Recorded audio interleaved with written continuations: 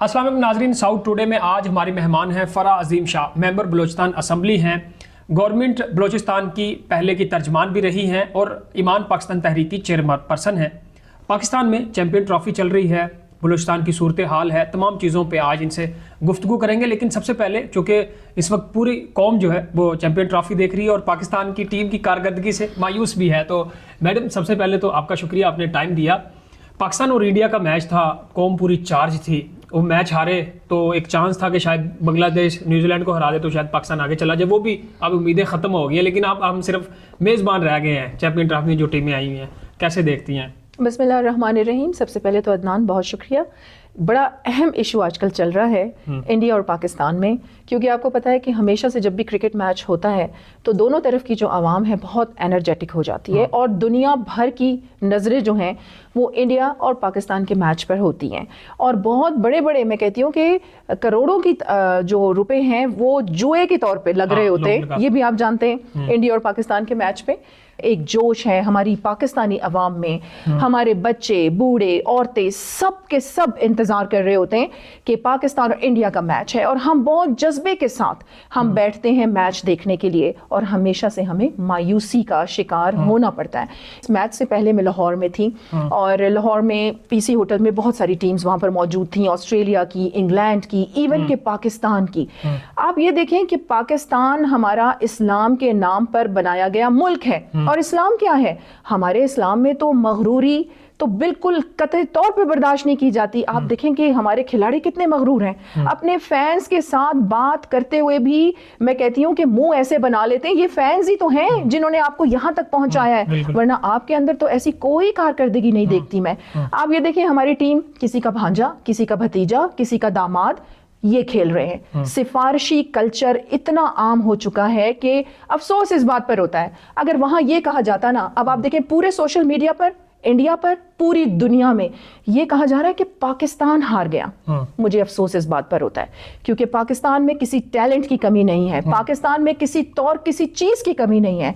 ऐसे सिफारिशी लोग, ऐसे नलायक लोग जिन्होंने पाकिस्तान को का नाम जो है बदनाम कर दिया है। नसीम साहब, आप अगर मेरी बात सुन रहे हैं आपके इस प्रोग्राम के तवज्जुद से, तो अगर नसीम साहब को ये कहे ना कि नसीम साहब हार गए तो हमें अफसोस नहीं होगा। अगर ये कहा जाए कि शाहीन अफरीदी हार गया तो हमें अफसोस नहीं होगा। अगर ये कहा जाए बाबर आजम हार गया तो हमें अफसोस नहीं होगा। कहा क्या जा रहा है कि पाकिस्तान हार गया।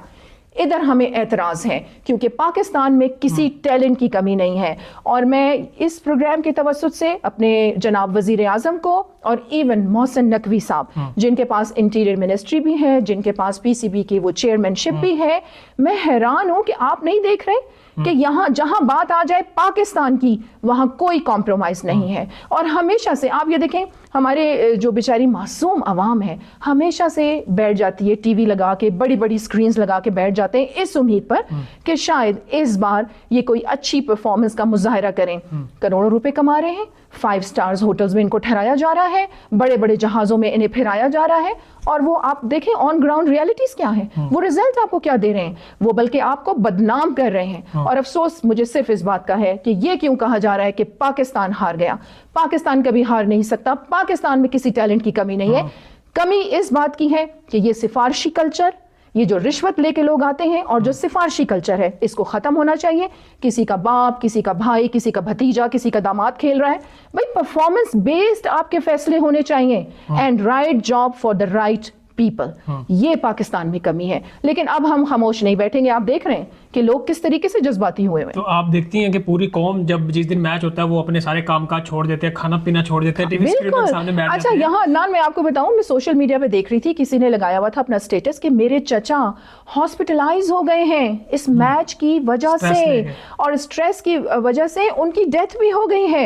आप ये देखें कि लोग कितने जज्बाती हैं। देखें, हमें कोई अफसोस नहीं होता, ये एक गेम है, बट ये क्या बात हुई कि हमेशा हमारी टीम हार जाती है। अब मैं कहती हूँ कि अवाम को भी बहुत बोलना चाहिए, इनको उठ के खड़ा हो जाना चाहिए कि हमेशा की तरह अब हम कॉम्प्रोमाइज नहीं करेंगे।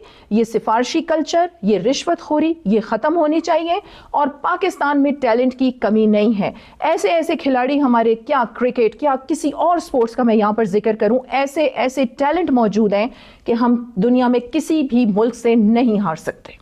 اچھا تو چونکہ اب یہ عوامی مسئلہ ہے تو کبھی آپ بلوچستان اسمبلی میں جب آواز اٹھائیں گے تو کہیں گے کہ چیئرمین پی سی بی پہلے وہ کہہ رہے تھے سرجری کرنی چاہیے ٹیم کی، تو اب تو سنا ہے کہ ایسے سلیکٹر بھی ہیں جنہوں نے خود بھی میچ نہیں کھیلا ہوا، تو جس طرح آپ بتا رہی ہیں تو یہ قومی مسئلہ بن گیا. آپ کو میں بڑی امپورٹنٹ بات یہاں پہ کرتی ہوں. آج صبح ہی میری ڈسکشن چل رہی تھی، میرے ایک بہت اچھے آپ سمجھیں کہ جم انسٹرکٹر ہیں، ان سے میری بات چل رہی تھی. انہوں نے مجھ سے ویسے ہی ذکر کیا کہ جی آپ ابھی آج انٹرویو دے رہی ہیں اس پہ، یہ جو ٹیم کی پرفارمنس تھی. میں نے کہا جی میں دے رہی ہوں.